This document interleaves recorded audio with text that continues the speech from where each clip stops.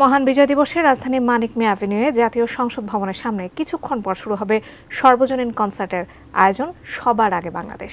সহকর্মী মনিরুল ইসলাম মিন্টু আছেন সেখানে, বিস্তারিত জানতে আমরা সরাসরি যুক্ত হচ্ছি তার সঙ্গে। মনিরুল ইসলাম মিন্টু, যে কনসার্ট হওয়ার কথা রয়েছে সেখানে কোন কোন শিল্পীরা অংশগ্রহণ করছেন এবং সেখানে কি অবস্থা আপনার কাছ থেকে বিস্তারিত জানতে চাচ্ছি।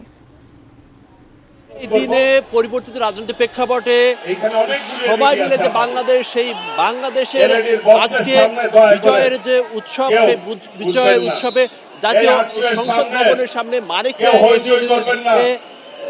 যে বিশাল কনসার্ট, সেই কনসার্টের ঠিক পূর্ব মুহূর্তে রয়েছে। কিন্তু এরই মধ্যে কিন্তু বলা যায় যে যারা দর্শক সমর্থক তারা কিন্তু এসে উপস্থিত হয়েছেন, তারা চেষ্টা করছেন যে ভিতরে ঢোকার জন্য, কিন্তু কর্তৃপক্ষ তারা চেষ্টা করছেন যে যারা দর্শক এসেছেন তাদেরকে সুশৃঙ্খল পরিবেশের মধ্য দিয়ে রাখার যে চেষ্টা, সেই চেষ্টা করছেন।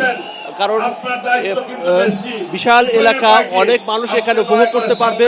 কিছু মানুষের শৃঙ্খলা সৃষ্টি করলে সেটি কিন্তু সুন্দর হবে না, সেটি বারবারই কিন্তু কর্তৃপক্ষ তারা সতর্ক করার চেষ্টা করছেন। এবং এখানে যারা ভলেন্টিয়ার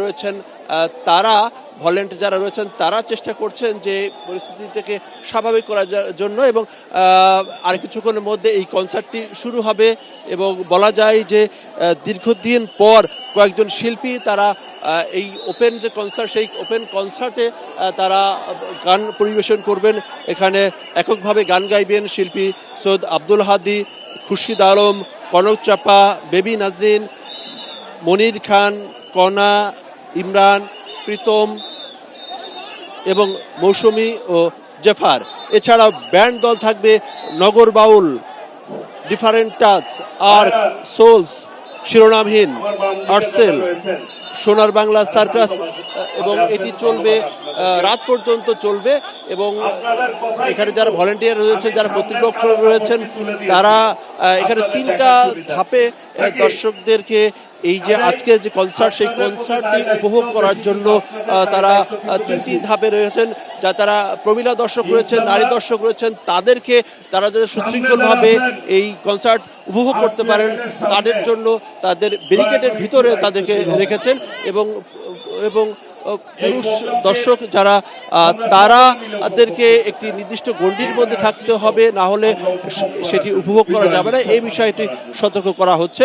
আমরা আশা করছি যে যারা দর্শক রয়েছেন তারা এই পরিস্থিতিটি স্বাভাবিক ভাবেই তাদের যে প্রায় দীর্ঘদিন পর যে কনসার্টটি অনুষ্ঠিত হতে যাচ্ছে, আয়োজকরা বলছেন যে গত 15-16 বছর ধরে যে ফ্যাসিস্ট সরকার ছিল, ফ্যাসিস্ট সরকারের কারণে তারা এই ধরনের অনুষ্ঠান আয়োজন করতে পারেননি। আজকে এই বিজয়ের দিনে